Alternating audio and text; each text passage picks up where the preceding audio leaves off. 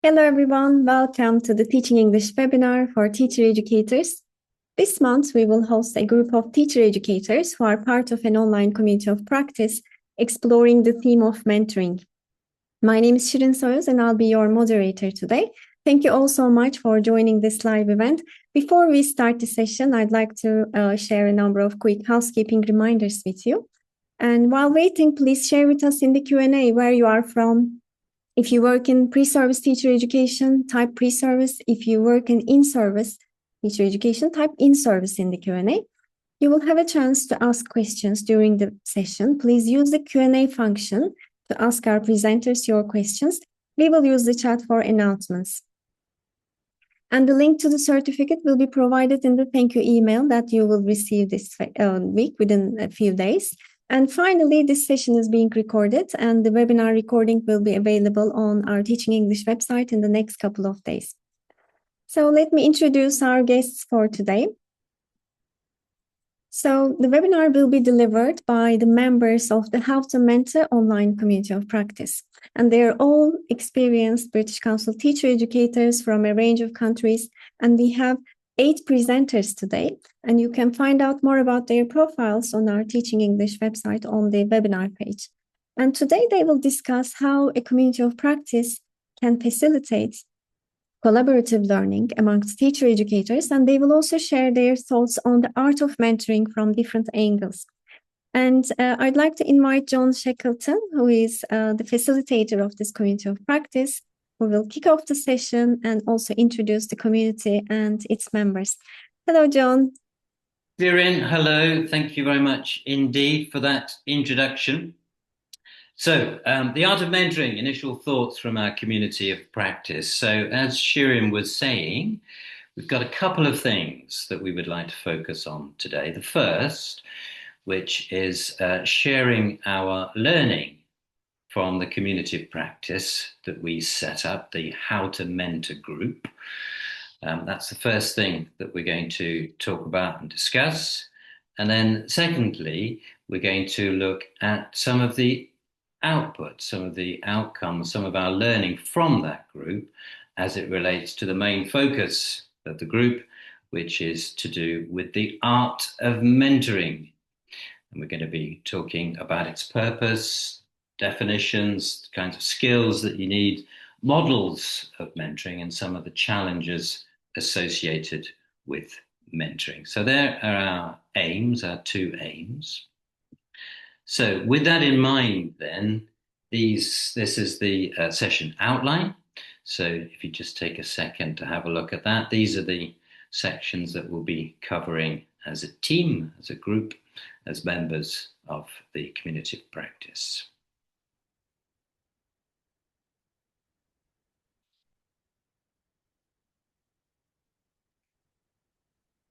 Okay, so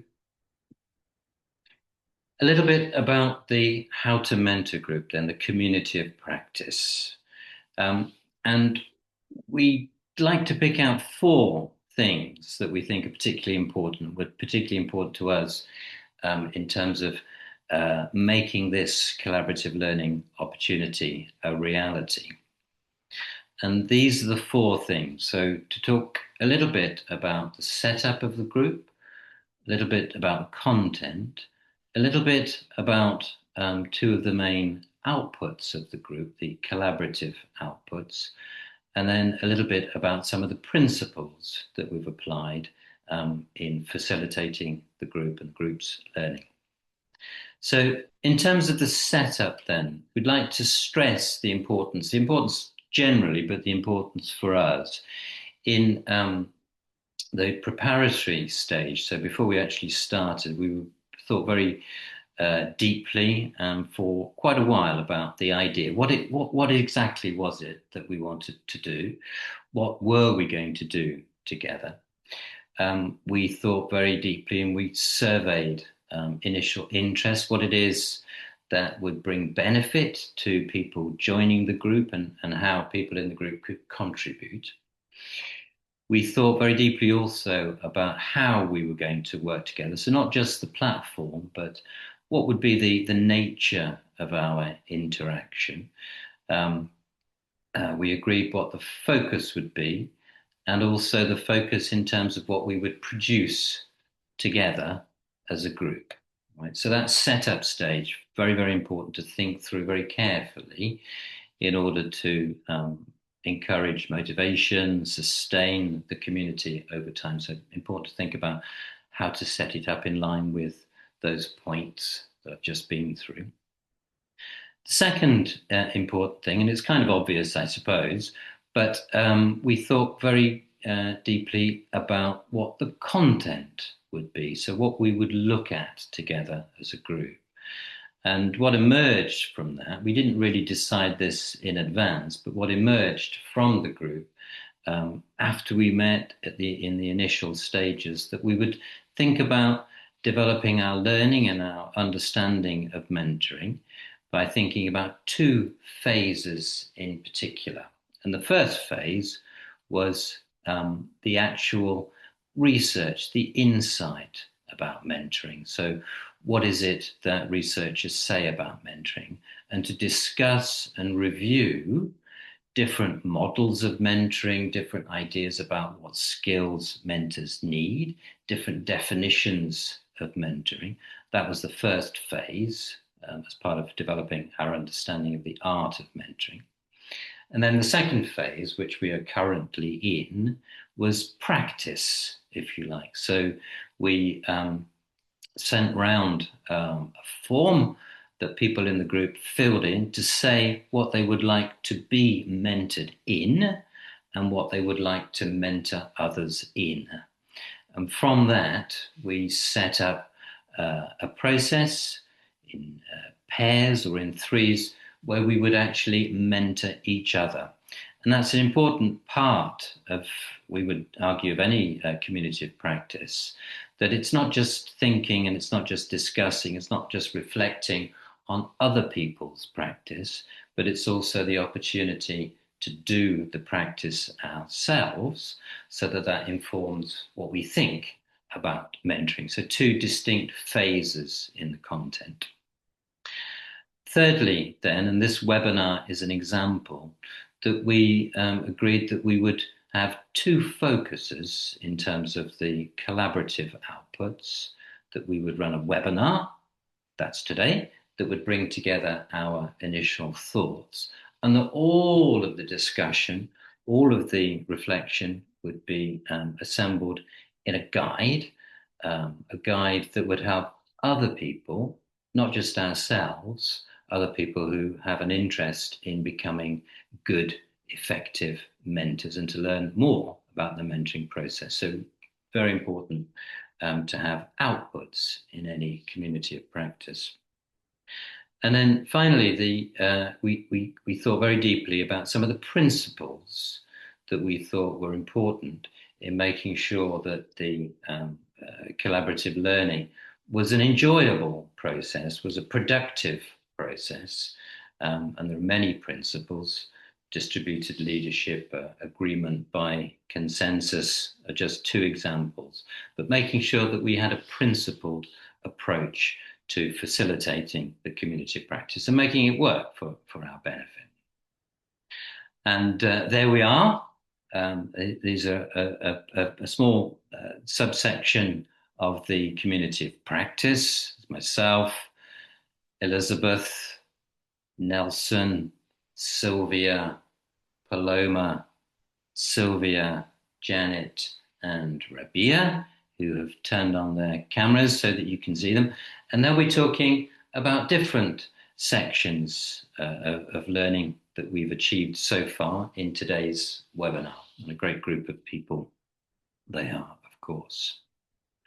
And as Shirin was saying at the beginning then, the HowtaMenta Community of Practice, so there's around 20 of us. We're all teacher educators, so we're all involved in the business of supporting the professional development of teachers. Importantly, we have diverse interests in mentoring and diverse experiences of mentoring. So an important part of making the community of practice work was to accommodate those different interests and different experience.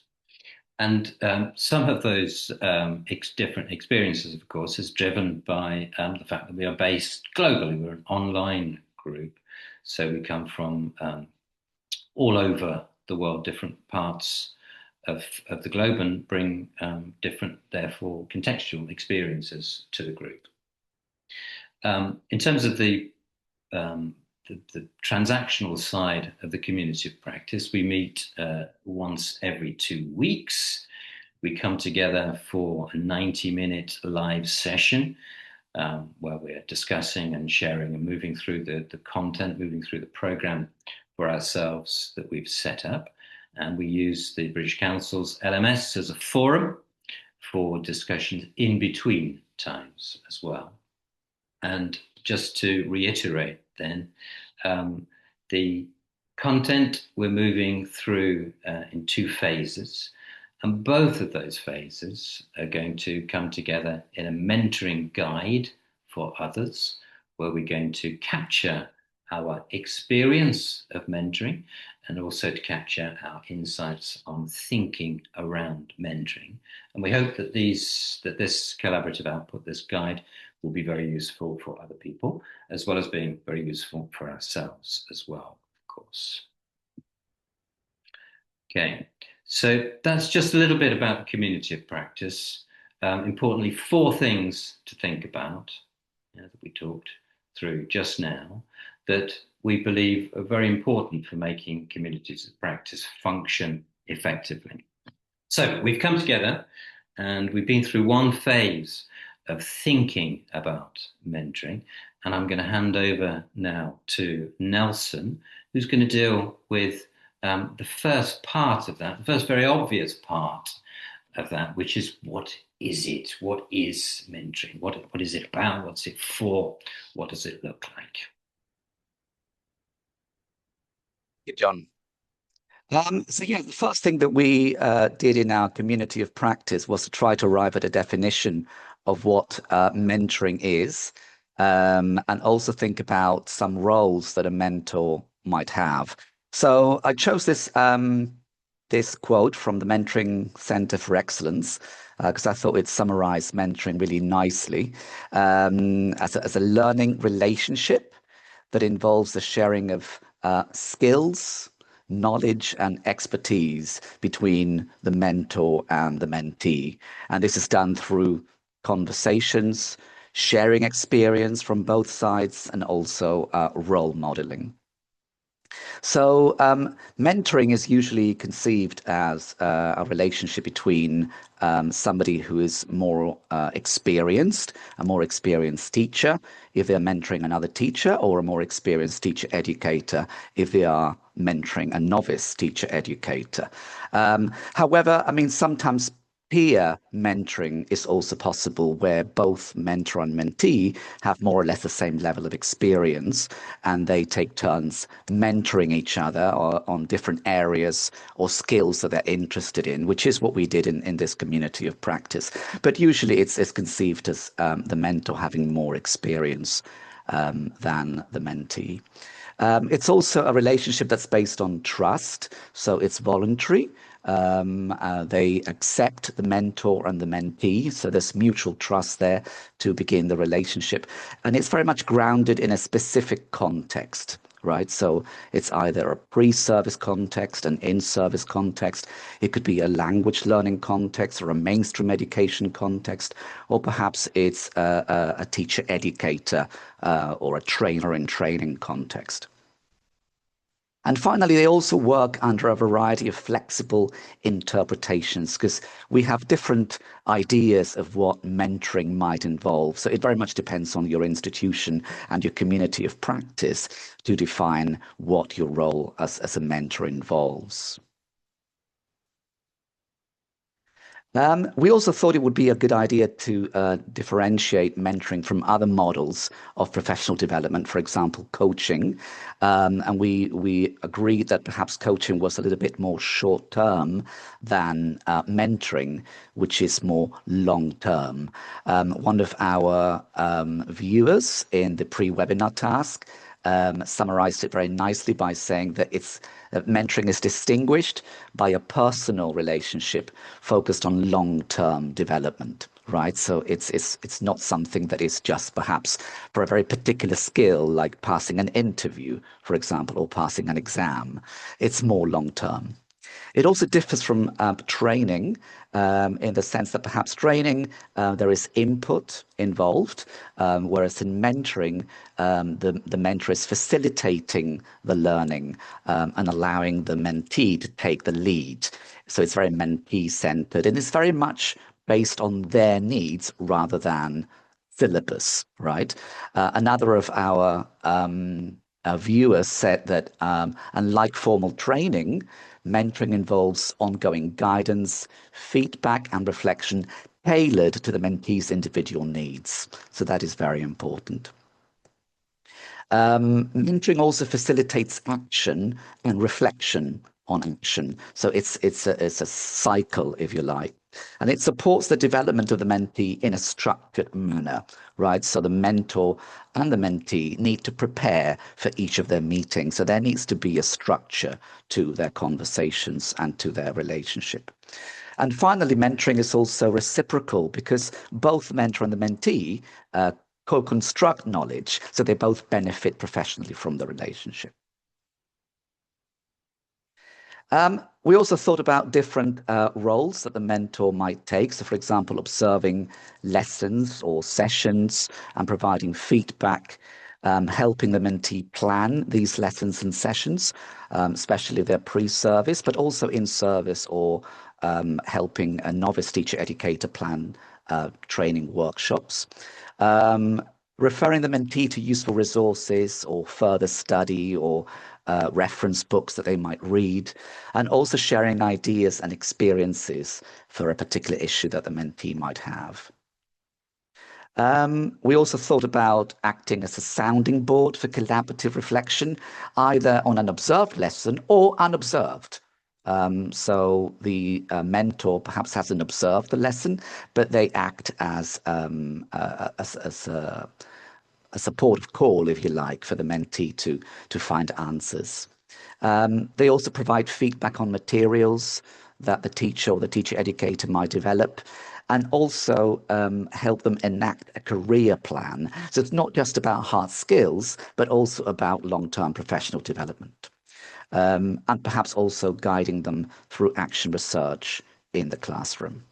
So these are just some examples that we came up with as to what a mentor might do. They're very common for pre-service teachers and perhaps less common for in-service teachers or novice teacher educators. So perhaps these are the two contexts that we need to support teachers or novice teacher educators a little bit more. Okay, so I'm going to pass on to my colleague Sylvia now, who's going to tell us a little bit about what a good mentor, or what makes a good mentor. Thank you, Nelson. Thank you very much for sharing this clear overview, summarizing that we agreed upon, the different concepts and the mentor roles, the very practical mentor roles we have discussed in our community of practice. Now is a moment to ponder upon what a good mentor is like. What is it that makes a good mentor? What we did in order to collect all these perceptions and ideas was ask the webinar attendees that question: what makes a good mentor? Take a look at what the attendees actually said. I would like you to pick some of these ideas, jot them down, because at the end of this section, I will ask you a question in relation to this, mainly what these different sources we have consulted have in common. So these are the first. The webinar attendees is the first source we consulted. Take a good look, take notes if necessary. I feel that what they all have in common is that a mentor is it's not someone who walks ahead of us telling us what to do, but it's more like somebody who walks alongside, showing us what we can do, right? So I feel there's a lot of interesting, there are a lot of interesting insights here as to what makes a good mentor. So take a good look, jot down those are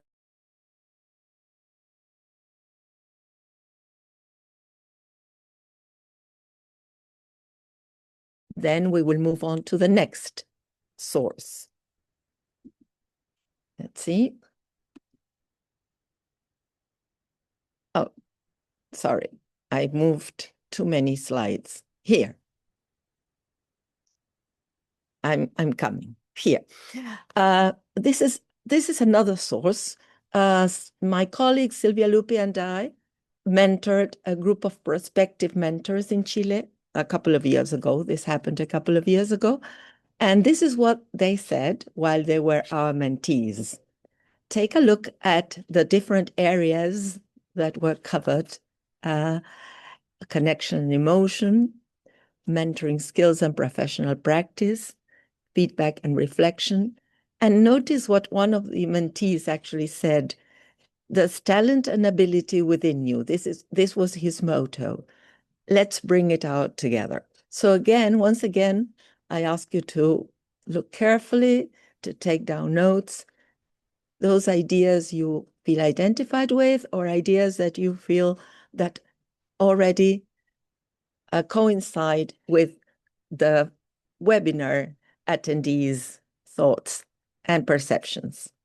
So take a look, jot down, and then we'll pass on to the next sources that we consulted.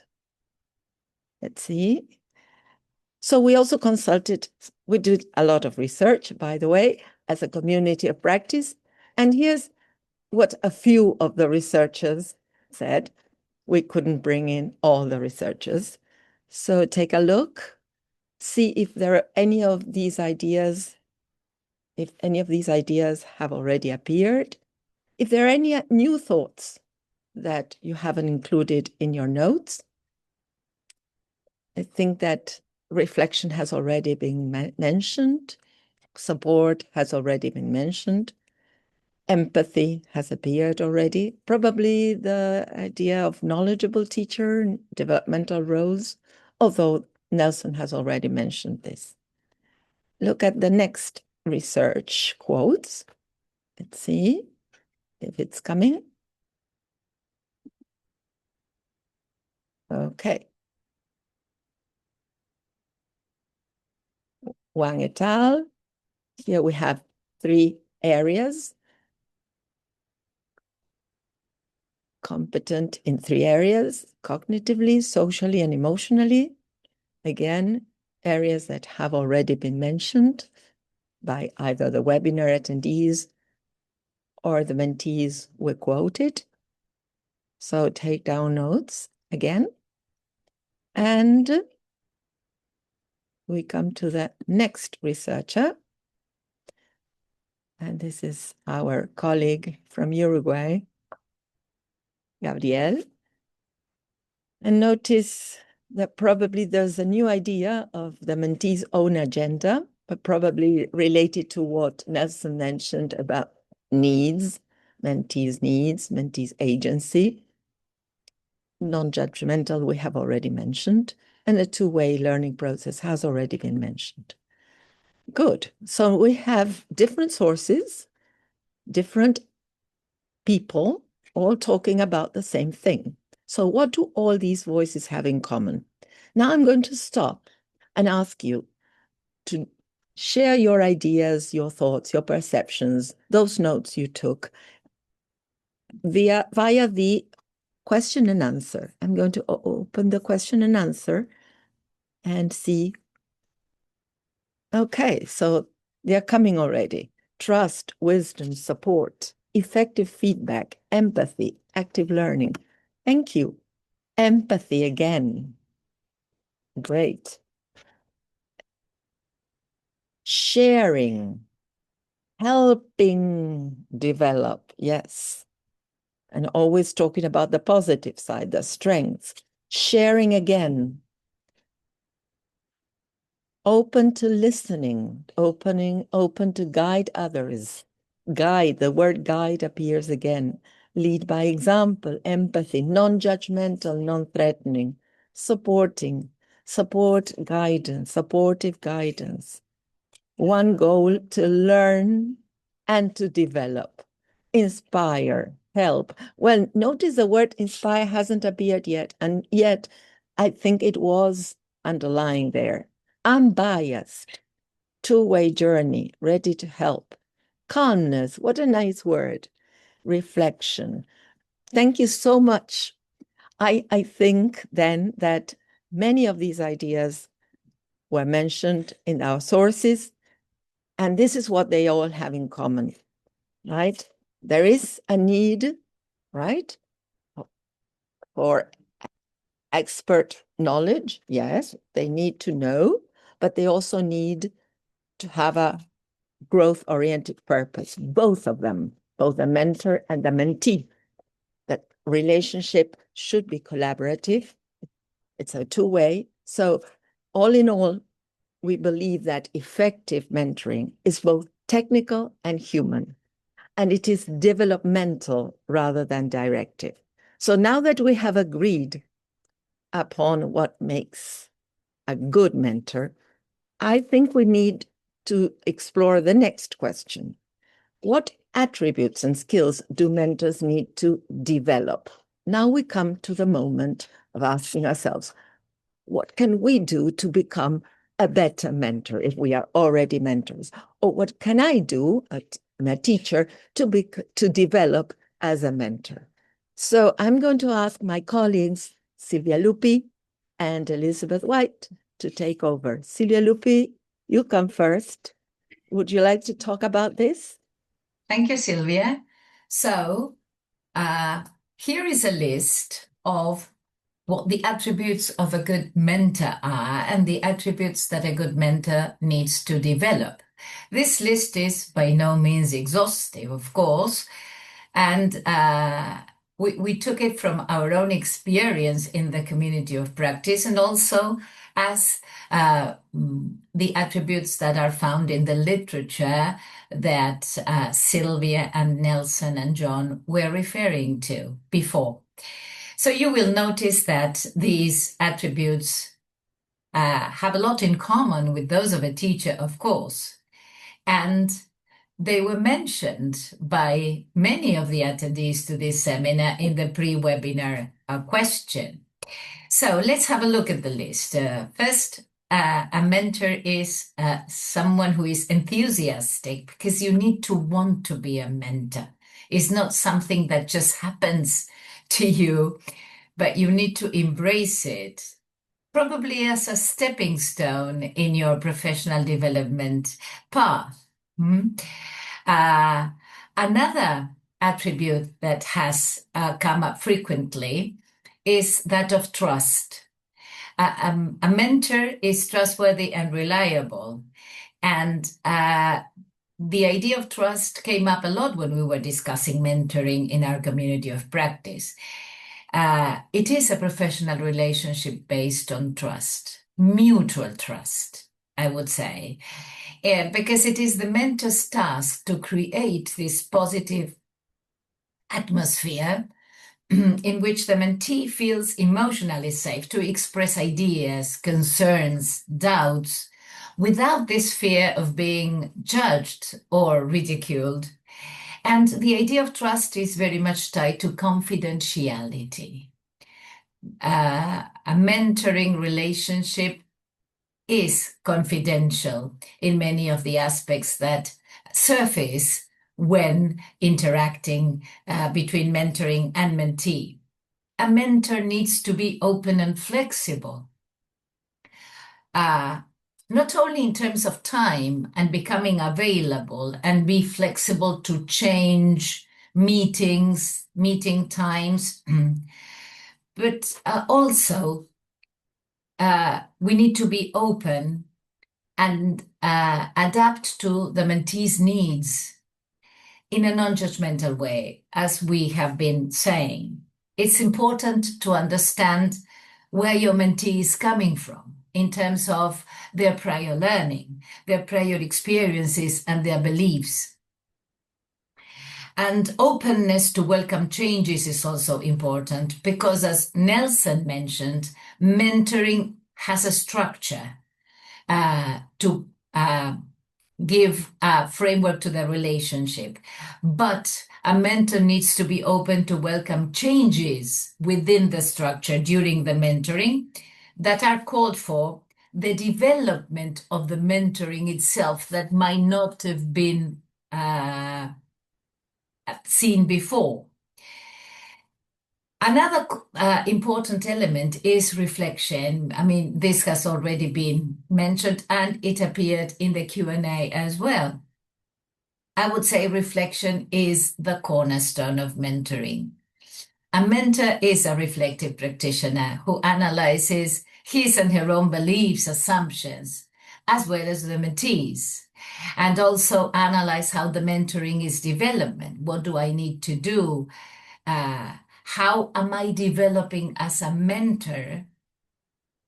In my experience, teacher-mentees are, in general, newcomers to reflective practice, so it is the mentor's task to initiate them in this practice and instill this disposition to professional growth through reflection. Creativity and a good sense of humor are necessary to bring positivity to the mentoring. Obviously, this idea of the sense of humor will be dependent on the different cultures. And I would say this is especially necessary when mentoring is not a choice. It is generally a choice. People choose to be mentored or to engage in mentoring. But in some cases, mentoring might be a requirement imposed on mentees. And a mentor needs to design and adapt activities for a mentee that might be a little reluctant at first. And finally, mentoring is about investing time, effort, and care in a professional development initiative, and this requires us to be committed. Now, you are probably measuring yourself against this list and asking yourselves, am I suited to be a mentor? I mean, do I have these attributes? To what extent do I have these attributes? Well, this brings me to a crucial question. Is a mentor born? Made? The good news is that these attributes that are, I believe, present in most teachers can be developed and enhanced by putting into practice a set of skills which are central to mentoring. To know more about skills, I will now hand over to my colleague Liz, who will talk about this. Over to you, Liz. Thank you, Sylvia. So this is what we are going to discuss now. What professional skills we need to develop in order to become a good mentor. So here we are going to discuss just 5 as a starting point. There are many, but I would like to start by mentioning that we need to know that it's a collaborative partnership. This is something that my colleagues have already mentioned.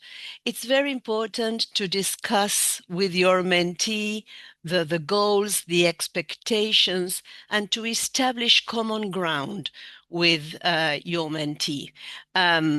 You are going to design an initial plan that is going to be needs-based, as mentioned before. I also took down of some phrases that were said. Nelson said, it's a structured, this is something that is done in a structured manner. That's why you need this initial plan that is agreed on. So you need to be organized, and you need to decide what kind, together with the mentee, what kind of activities are going to be carried out throughout this long-term relationship, mentor-mentee, so as to help the mentee grow professionally.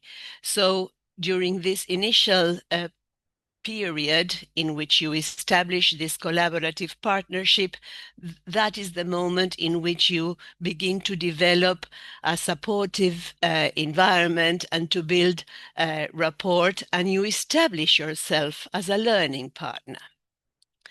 Another important skill that we need to develop is that of active listening, which is not just listening to what the mentee is saying, but also to be aware and sensitive to how the mentee is communicating.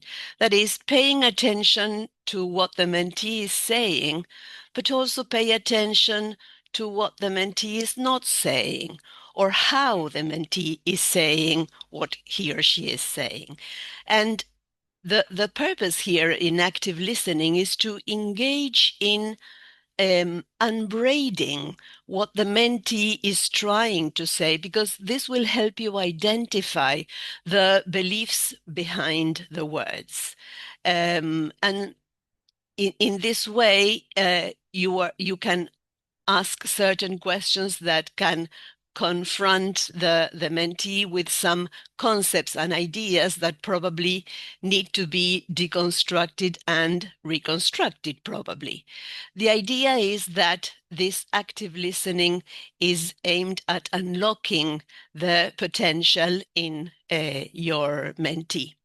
And this is connected with reflective practice, something that I'm going to mention towards the end of this section. It's also very important to provide high impact feedback. Feedback is something that we have mentioned several times so far in this webinar.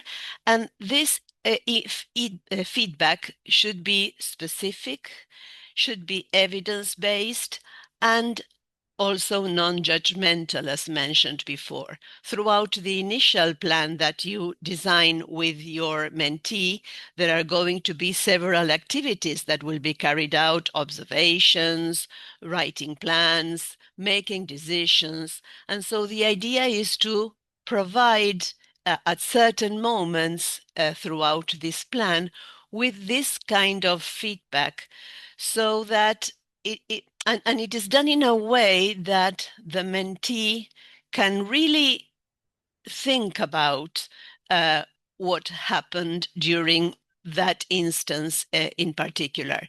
So the kind of questions that we are going to ask have to be questions, or can be questions, that prompt analysis. First of all, our questions can be clarification questions. That is, well, did you mean this? Or when you did this, what did you have in mind? Because these questions help us see what the mentee had in mind when doing whatever they did. And also to make sure that we have also interpreted the mentee's actions, so that then we can pass on to valuing positively, that is, providing feedback on what was done and really worked, and then move on to reflective questions, this kind of questions that will help them confront with previous concepts and beliefs and assumptions that they had, and also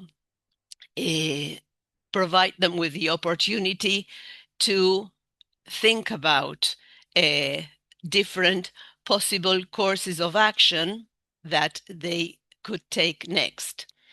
We can also offer alternative paths and personal experience. That is not ruled out. But we have to do it, or we can do it in a way that our personal experience sheds light on the context in which the mentee is working. Because your personal experience is your own, and it was built in a certain specific context. So one has to be very careful about the way in which you share your experience, so that the mentee does not feel that you are telling him or her, well, do this or do that. On the contrary, you offer and you consider these alternative paths and also refer to pedagogical knowledge, as Nelson said before, so that together with reflection and knowledge, you can consider alternatives for a course of action in the future. And last but not least, as also Sylvia said, reflective practice. Facilitate, and I would like to add here, carry out reflective practice, because it's important to encourage reflective practice in your mentee, but also to carry out reflective practice on your actions as a mentor, because you also learn from your this two-way relationship. You also learn a lot about yourself, about how you provide feedback, about the questions that you ask, about what kind of personal experience you're sharing. So reflective practice is really important because it helps, as I said before, mentees examine their beliefs, their assumptions, their routines, question themselves, and this balance between challenge with questions and challenge with reflection, the balance between the challenge and support that we give the mentee can help them promote their professional growth. So I think that we have come to the moment of Q&A section, the questions and answers section. So Shirin, over to you. Thank you. Thank you so much, everyone. And we have received some questions. Please keep your questions coming in the chat. We will have another Q&A at the end of the webinar. And I would like to invite our presenters, because I have some questions that I'd like to ask you, but please feel free to jump in if you would like to answer. First of all, what I really like about this community of practice is that it's not only about discussing mentoring, and it included this practical element through mentoring each other. And it's also so practical for teacher educators, especially considering that there are very limited opportunities, professional development opportunities for teacher educators. So this practical element made the program really valuable. And there were some questions coming up in the chat about teachers' very busy schedules and how mentoring can be realistically be integrated into everyday schoolwork rather than added as an extra responsibility. And I'd like to ask our presenters if they would like to answer that. How can teacher educators translate the mentoring principles that you have mentioned into practical, everyday collaborative practices in schools, such as maybe peer observation, co-planning, reflective dialogue? So what would you like to add about this? So anyone from our presenters would like to add anything? Maybe so far, Sylvia mentioned the skills, and Nelson mentioned the purpose and definition. Yes. And John, would you like to add anything about this? Yeah, it's a very good question about workload and fitting professional development opportunities like mentoring into the busy schedule of a teacher. I think there's only one answer to that, which is connected with the word motivation. So, especially with mentoring, as we talked about earlier, that unless there's a voluntary nature to it, then it's going to be very difficult for it to work. So it's not for everybody. It's not about forcing people into mentoring relationships. It's all about whether there is the will and the motivation that makes questions like, do I have time to do this, just disappear. Thank you. Thank you, John. So motivation. Or yes, Shirin, if I may, in many cases, the object of the mentoring is the actual teaching the mentee is carrying out.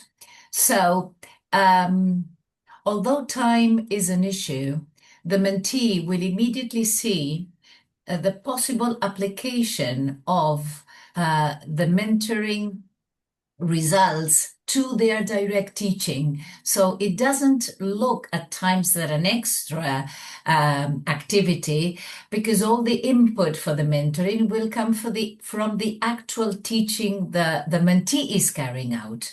So the mentee will be reflecting about their own lessons, not prospective necessarily or simulated lessons. So the direct application and the fact that mentoring is about their own context helps to reduce the time invested when looked from the outside. Thank you, so Sylvia. That's so clear. So yeah, absolutely. I totally agree with both of you, both motivation and also the impact of it. So it's actually for the well-being of the teachers. There was another question. This is for Nelson. So Nelson, in your part, you mentioned that mentors are less common for in-service teacher educators. Can you please elaborate this statement? Maybe you can tell us more about your experience and reflections on this. Yeah. So traditionally, mentoring has been provided more often for pre-service teachers, right? So after they're trained up and they join a school, perhaps it's their first job, or they've been, teaching for very little time, and they're provided with a mentor to help them and support them and introduce them to the new context. While perhaps once they've been teaching for a few years and are experienced, perhaps those opportunities for mentoring are not as available as for an inexperienced teacher. And I think the reason perhaps for this is, the belief that mentoring equals training, right? So after somebody's been trained up, and after someone has some experience, they no longer need a mentor. And I think that's what we need to come away with, and perhaps look at with fresh eyes, is that everybody needs a mentor, right? In-service teachers need mentors. Novice teacher educators need mentors as well to become more competent teacher educators.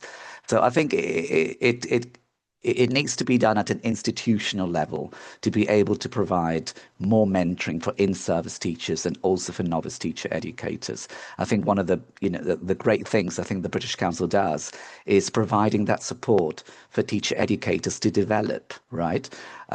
So it shouldn't just be for pre-service teachers, but institutions should do their best to try and set up a system where mentors can be allocated to those teachers who want to develop further, no matter how many years of experience they already have.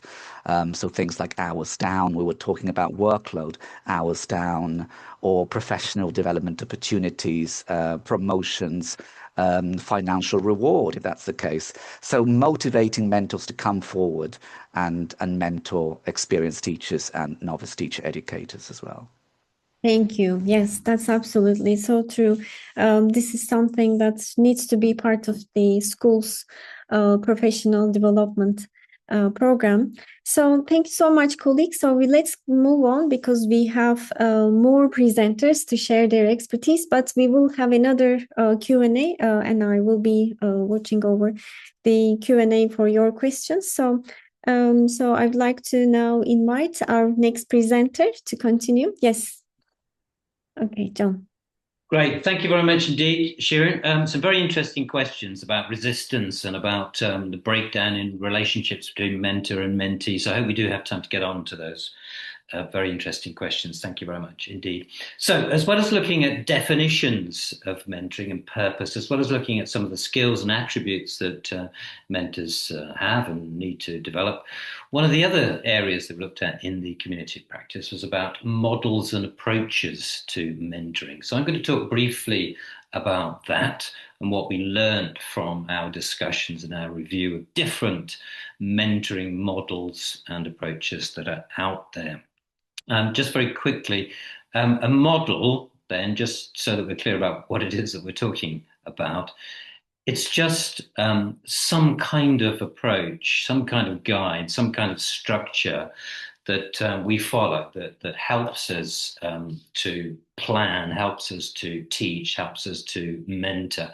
When I was beginning my career as a teacher, one of the models that we were encouraged to follow was to do with presenting a language item, giving the students controlled practice in it, and then an opportunity for freer practice. So that's a model, a kind of a three-stage model. And I think human beings in general like models because they give us confidence. They give us a structure. They give us something to refer to and something that we feel is going to help us to plan and deliver and build relationships in the case of mentoring. And during our look at different models and approaches, we reviewed a number of models out there, not all from the domain of education at all. And I'm going to talk specifically about one of those, which is from the US Army, what they say, what their guidance is about stages of mentoring. So I'm going to look at that in a little bit more detail. And finally, just to say a little bit about how looking at these models and approaches, how I found them personally useful and how that fed into our discussion within the community of practice. So there are lots of models out there, and you can Google all of these 4 pillars of mentoring, the 3 A's of mentoring. They've all got numbers, haven't they? The 7 layers of mentoring, acronyms like CLEAR. And they are all different, they're all interesting, they're all useful, and they all feed into some kind of choice, I would say, about what guidance we're going to follow that will help us deliver a deliberate program of mentoring to develop deliberately an open and empathetic relationship between the mentor and the mentee. So more information, please Google those and you can find out all about them. And what I'd like to look at now is one in particular, which interestingly enough is from the US Army. So what's that got to do with teaching? Well, possibly more than we might imagine. So what the US Army say about mentoring. So this is about new recruits, some of the novices, some of the early career staff that join the United States Air Force, Army. And what they say is essentially that there are 4 stages of mentoring. First stage is prescriptive, where the mentor provides strong, direct, detailed guidance to a new recruit. Okay. Next stage is persuasive, where the mentor suggests different strategies for learning and seeks to bring out a challenge and to raise questions in the mind of the mentee so that they are able to discover things for themselves rather than being told. The third stage they talk about in the US Army is something that they called a collaborative stage, where it's more like the mentee and the mentor are working together and they're trying to solve problems together, and it's characterized by a much more kind of more equal communication. And then finally, the confirmative stage, where the mentor is really acting as a second pair of eyes. So the mentee is now, having gone through these 3 earlier stages, is now in a sense ready to fly solo, to work on their own. And the mentor is in the background, able to provide kind of confirmation that what the mentee is doing now is right, is correct, is good. So that kind of resonated with me, this model. And one of the things that we're doing this phase of mentoring each other within the community of practice is looking at models and experimenting with them and to see how useful and important they can be. So I don't think these are stages of mentoring at all. And when I'm mentoring, I don't follow those as stages, but I did find them very useful in terms of dimensions of mentoring. And 4 words, we look at being prescriptive, being persuasive, being collaborative, and being confirmative. 4 words that I thought were quite useful, quite helpful in guiding my own behavior. So they helped me, for example, to ask and answer these questions as I was going through the mentoring process. In mentoring, was I being too prescriptive? Was I being over-directive? Was I telling somebody to do something rather than allowing them the opportunity to discover for themselves? That's important, isn't it? Second question that this model allowed me to ask, suggested I ask, was, am I being transformational? So am I simply answering questions to help the mentee perform transactional tasks? Or am I actually helping the mentee to grow as a human being, to grow professionally, to grow as a teacher? The whole thing about Confucius says about teaching, the difference between teaching somebody to fish and providing fish for an evening. So how was I instrumental in facilitating growth rather than the development of simple transactional skills? Third question that this model allowed me to ask was to do with solving problems. So I asked myself the question, are we actually solving this together? You know, the mentee would come up with a question, with a problem, and was I leading them to come to a solution, and that I was changing my thinking, my behavior, my understanding of the problem in line with what the mentee was saying? Or was I just providing my answer to it? So very useful in terms of that word collaborative.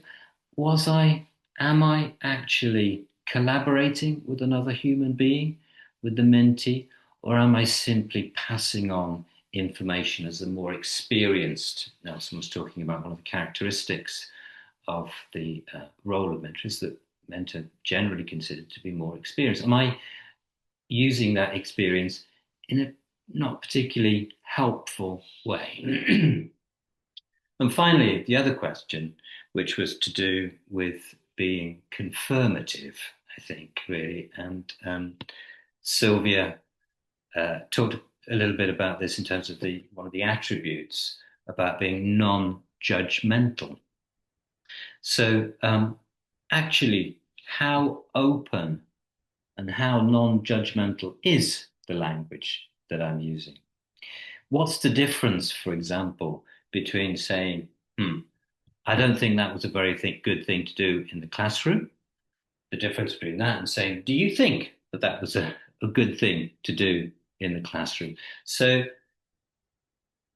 not just having the idea of being non-judgmental, but whether the way that I was saying, the way that I was talking, the language that I was using, was I actually being judgmental, just doing it in a bit more of a hidden way?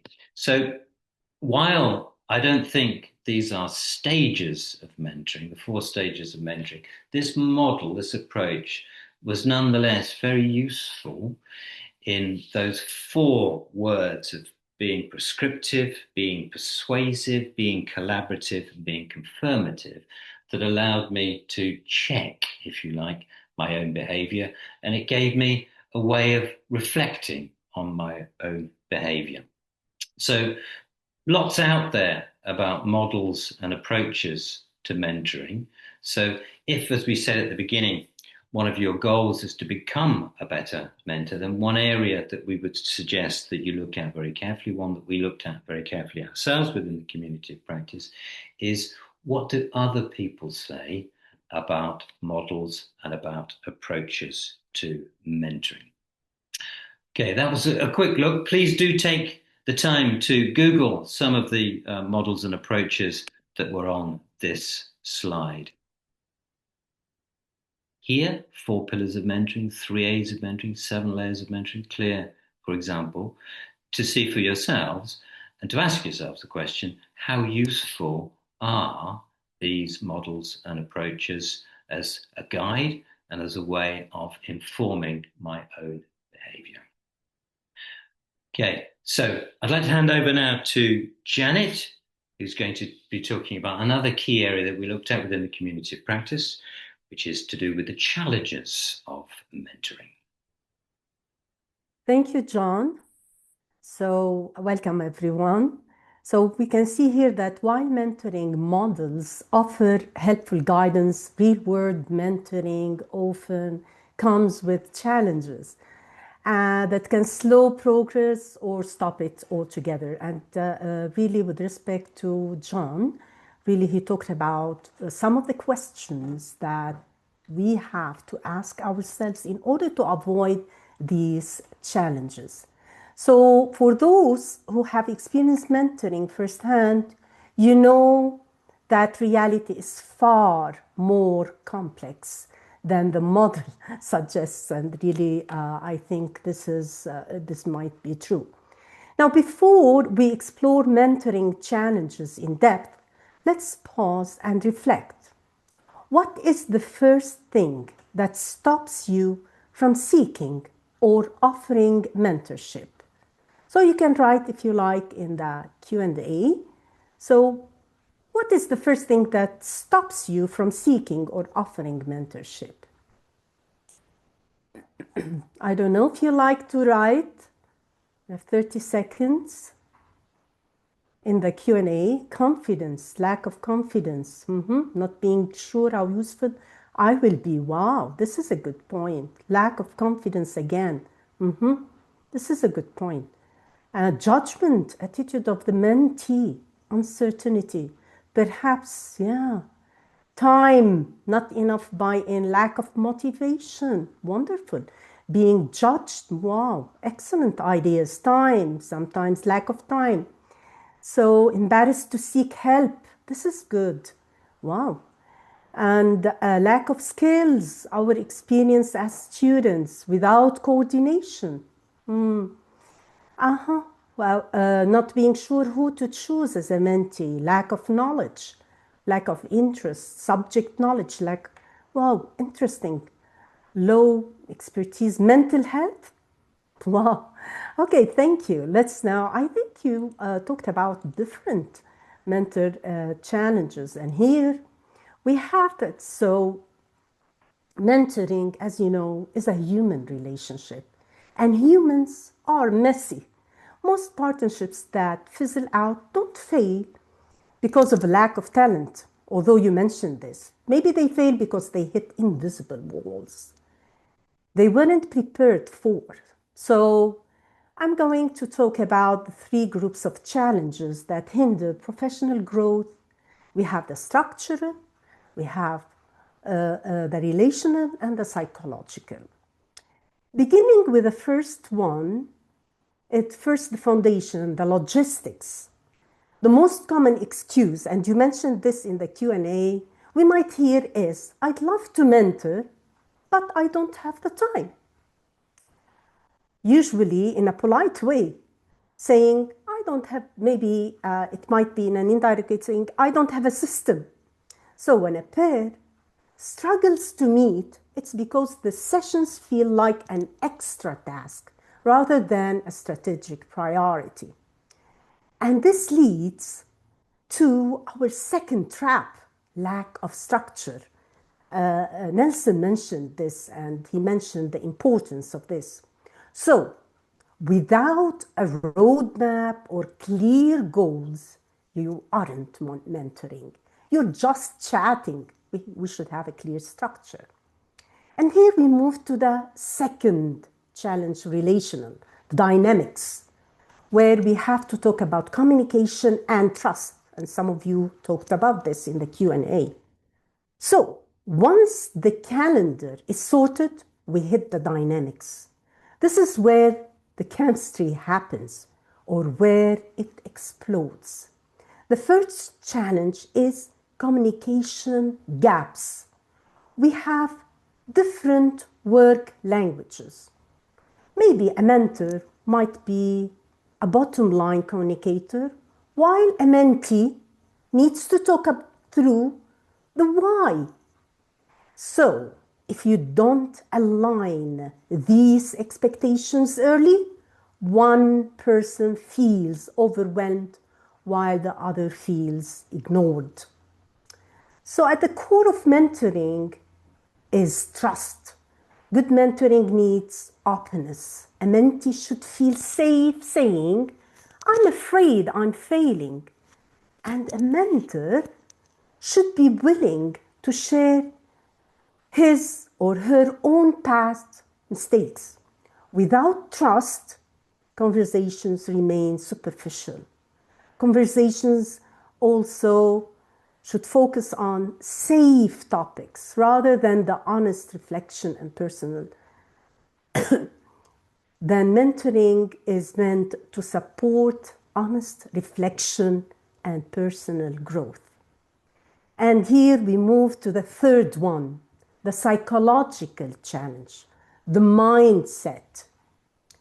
So finally, we face the mindset, the internal battles we fight before we even speak. First, as you mentioned, also some of you mentioned or asked about resistance to feedback. It's human nature to get defensive, seeing critique as an attack on our identity rather than information for our growth. Conversely, mentors can fall into bossiness, giving orders rather than offering perspective. Then here we have the silent killer, imposter syndrome. Mentees often feel they aren't ready, worrying, but mentors feel it too. But here they worry that they don't have all the answers. I mean, the mentor might not have all the answers. This is reality. You don't need to be perfect. You mentioned this also in the Q&A. So you just need to be 2 steps ahead on the same path the mentee is walking. And this is also was mentioned by many of my colleagues. So, and here we move to what is your challenge? Sorry. So as I wrap up, I want to challenge you. Look at your professional journey. When you think about mentoring, which of the following 3 areas is currently the most challenging for you? A, structural, B, relational, or C, psychological? Please write in the Q&A. So, do we have answers in the Q&A? Structural, relational, psychological? What do you think? A, okay, good. Psychological, C, structural, relational, structural. So we have different answers here. Probably A, structural. They should have a specific structure. Good. C, A. A. Honesty, honestly, all of them. Okay. Psychological, C, the last one, psychological. Relational, wonderful. Structural, A. So most of you, you're talking about, but I noticed that A is really, or most of you chose A. So we have to keep in mind that the most successful people aren't those who avoid these challenges, but those who are brave enough to address them head on. Thank you, all of you. I'll hand over now to Paloma, who's going to tell us about beyond transaction, the humanist aspect of mentoring. And thank you again. Thank you, Janet. Well, we've just looked at the theory and the framework of mentoring that give us a map of what mentoring is. But if we look at this quote by Myra Rimbalukri, I want to offer you a challenge. We can standardize the curriculum, but we cannot standardize the human being. In a transactional model, we treat every mentee the same, like a checklist to be completed. But Rimbalukri reminds us that if we have 20 students, we have 20 different stories, which means 20 different sets of needs. If we ignore these stories, mentoring becomes just a transaction. I give you advice and you take it. So if we want to move beyond the transactional model, we have to look at the psychological needs, the hungers that drives every one of these stories. So let's look at these needs and what they are. And we call them needs in the transactional analysis because they are as real as the food that we need. Let's look at the first one, stimulus. This is the need for sensation. In the mentoring context, this means intellectual friction. We want new ideas. We want to be challenged. If the mentor is boring or repetitive, then the mentee's brain just shuts down. The second recognition is this hunger for we want to be validated. We don't just want a grade. We want to know that who we are matters. That is the second hunger. The third hunger is the hunger for structure. It's all about predictability. We need to know there are rules, that there are boundaries, and that it's necessary that we have these because chaos is not freedom. Chaos is stressful. And the last but not least important is the relationship hunger. And this is necessary because we need an authentic relationship, not just teacher-student relationship, but human to human. And if these batteries are empty, then what happens is that we only have a chassis. See, there he is. Then we only have a chassis, which is helpful because it points us in the right direction. It is solid. It keeps us safe. But without these human needs, it doesn't have the fuel. It's just a parked car. In the humanist thinking, those four hungers, they are so important because it's the fuel that moves this engine. We can have the most organized and beautiful program in the world, but if we're not feeding the human need of connection and recognition, then it's just like having a parked car outside on the driveway. So we've got the chassis, which is the structure. We've got the fuel, which are the human needs. And to ignite this, we need to have something else to keep it burning without running out. And this dynamic is called reciprocity. To explain exactly how it works and how we turn this fuel into movement, I'm going to pass the floor to my colleague, Rabia, I'm sorry. That's all right. Hi, everyone. I'm Rabia, and I'll be talking about reciprocity in continuation with what Paloma was talking about.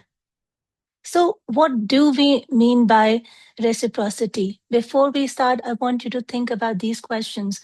When you are mentoring someone, what do you tend to do more? Do you tend to give more advice? Do you ask questions? Or you share your own learning? And why do you do that? Most of the times, we do a little bit of everything. But do we ask questions from our mentee to learn something from them? Learning is part and parcel of any relationship. We do, but when it's intentional, it becomes reciprocal. So let's talk about what reciprocity is. So it means like it's a two-way exchange. Both people give and both people receive. And so reciprocal mentoring would mean something like a mentoring relationship where the learning is flowing in both directions. It's not just from mentor to mentee, it goes back from mentee to mentor as well. So both people bring expertise. One may bring experience, some kind of institutional knowledge, or some kind of pedagogical depth, but the other may bring fresh perspectives, contextual knowledge, new tools, or lived classroom experiences. As we've been talking about, one of the uh, uh, activities in our community was that we mentored each other. So during that, I worked with one of my colleagues, Shireen, and together we were working on the quality assurance of a program. And while I thought that I know a lot about quality assurance, but with the help of Shireen and with the expertise and experience that she brought, both of us developed. There was a mutual growth for both of us because she gave me ideas from the perspective of a learner and a humanistic perspective. And we developed stronger teamwork and collaboration. We became stronger, our work became stronger because we learned from each other. It was not just me telling Shireen that this is the right way to do that. And it's also the prescriptive approach that John was talking about. So we value different perspectives. And then it was based on trust and continuous learning. And I would say that we worked together previously in the same capacity. And I would say that it worked perfectly at that time as well. We both shared our learning. So, this is one process reciprocity where if you're open to learning from the people that we're working with and make it intentional, not an unintentional learning, but intentional learning, we will learn from each other and develop. And something that I want you to leave you with to think about is that we all learn from each other. Everyone has something to teach and everyone has something to learn. So from now onwards, I would say, think about who could you learn from? Who could you mentor? And what might change if both happen at the same time? And I can say from the experience of working in this community that I was mentored by John and I mentored Shireen, I have been at the receptive end and learning and from both of the processes. So I would highly recommend that. And now I'll hand over to John, who mentored me patiently, and I made him a therapist side by side as well. So thank you, John. Yeah, very good point. Thank you very much for that, Rebia. Yeah, reciprocity. That if a starting point is that the mentor is open to learning, then I think some of the resistances, some of the problems eventually fade away, and some of the challenges that Janet was talking about fade away as well, of course. We're running out of time. Just 30 seconds then on where we go next with the community of practice, the HowtaMenta group. So we're going to complete this this phase of mentoring each other. It's really important to get that practice insight. So not just researching mentoring, not just looking at definitions at what other people have thought, but actually doing it ourselves and doing it deliberately and reflecting on it, experimenting, trying out different things with language to answer some of the questions that have come through in the webinar today. It's really, really important. And we're going to bring all of what we've done together, these two phases, in a guide that we'll publish and that we hope will be useful for anybody who has an interest or a stake in the mentoring process and effective mentoring. Do we have time, Shirin, for any final questions? Yes, definitely. So first of all, thank you so much for all of your inspiring talks, because I think it inspired me to start mentoring now. In terms of the specific of the mentoring, everyone has something to teach, and so that's really very helpful to see things from your point of view. And some questions, especially about the challenges, because we have some questions, especially on focusing the challenges. What are some common indicators that a mentoring relationship is not working or not developing well? So how can we know this. And building on that, when communication or collaboration between a mentor and mentee isn't working as intended, how can we solve that? Or as teacher educators, how can we intervene in supportive or constructive ways? Maybe Janet, would you like to tell us about your experience? And anyone else, please, also you can add more. You're talking about the indicators. So I can tell you that indicators, we have a lot of indicators, Shirin. So for example, cancelled meetings, unclear rules or expectations, as I mentioned before, poor communication, all these are indicators. And also they mentioned lack of trust a lot. This is also another important indicator. One-sided interaction. As Rabia said, we should have a reciprocal one. And also John said that we have to walk the journey together. And also we might not be able to achieve the goal. And maybe mismatch of needs, maybe having different working styles, maybe low motivation, or enthusiasm. And also all of these were mentioned, by the way, by many participants here in the Q&A. Now, how can we help? I don't know. We need to look at these indicators closely and to deal with each indicator seriously in order to know how we can help them. So I think. Thank you. Okay. Thank you. Thank you so much, Janet. So you listed really so many important areas. And John, would you like to add anything? Yeah, I think just to confirm what Janet was saying and to extend it slightly, I don't think there's an answer to the question, look, I've got this problem, therefore you should do X. I don't think solving problems works like that. So I think that's the first thing, that when you give people advice, everything has to be so heavily dependent on context, of course. And that's the other point, I think, a general point. I think, why do relationships break down? In general, in life, not just in relationships of teacher development, professional development, probably break down, don't they? Because people aren't really getting what they want from that relationship. They're not benefiting from it. It's not going in the way that they want it to go. And that brings us back to one of the discussions that we had that Nelson touched on at the beginning, and Sylvia also, about the difference, if you like, between mentoring compared to other kinds of professional learning, which is to do with the importance of the relationship in all of this.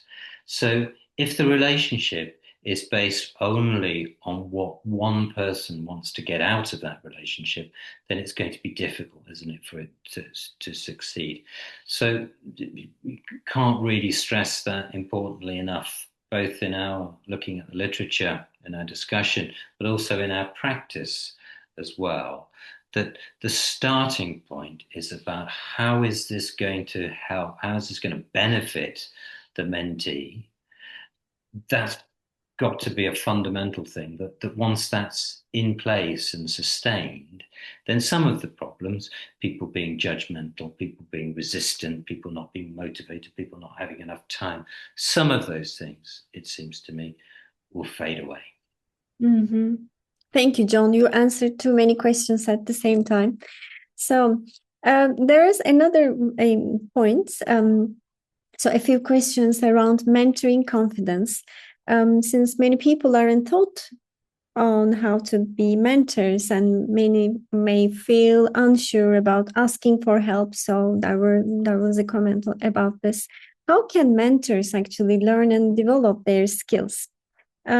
I would like to ask this to our community member, the HowtaMenta community members as well. How did it help you, the community of practice that you established together for your own mentoring skills? And because this is something maybe we can also recommend to our participants, because this was the purpose of this community of practice. So who would like to answer that? Maybe John, you can also tell a few words about your motivation for starting this community of practice, and yes, how you benefited. I'd love to answer that, but does anybody in the group want to talk about it first? I've got a few things to say in response to that, but please, other members of the group. Well, having been a mentor for many, many years, being able to join a community of practice on mentoring, bringing my expertise, my experience, and learning from other people's experience and expertise has been like a one thing, one hit, one very important moment in my life. So I feel that at times we may assume that we have a lot of experience, that we have gone through many, many wonderful moments in our training, and yet being part of a community of practice, talking about things that we already know and we handle, can bring in new insights and new perspectives. So I would definitely suggest join communities, having the possibility of being part of a community of the sort. Thank you. Thank you so much, Sylvia. Okay, I'll just chip in a quick. I mean, how do people learn anything? You know, you can be trained, can't you? You can read a book about it. You can watch a webinar like the one that we're in today, or you can come together in a group. And for a long time now, I think people have recognized the value of collaborative learning. And as Sylvia was saying, the opportunity to learn together, you know, it's not just productive, it's really enjoyable. And that those two things, you know, we talked a little bit about why don't relationships work? Well, why do relationships work? Well, presumably because people enjoy being in that relationship. And when the relationship has a focus on learning, if that's coupled with learning and learning in that open and trusting and safe and friendly environment, you know, there aren't many other forms of learning that beat, in my opinion, that community of practice experience. And importantly, and it's linked to what Sylvia was saying about, and what you were saying as well, about the impact of learning, the impact of that mentor-mentee relationship. Well, the impact of the practice in the community of practice word is just desperately important. That we've spoken a lot about nice words like non-judgmental, empathetic, trusting, all of those things, desperately important.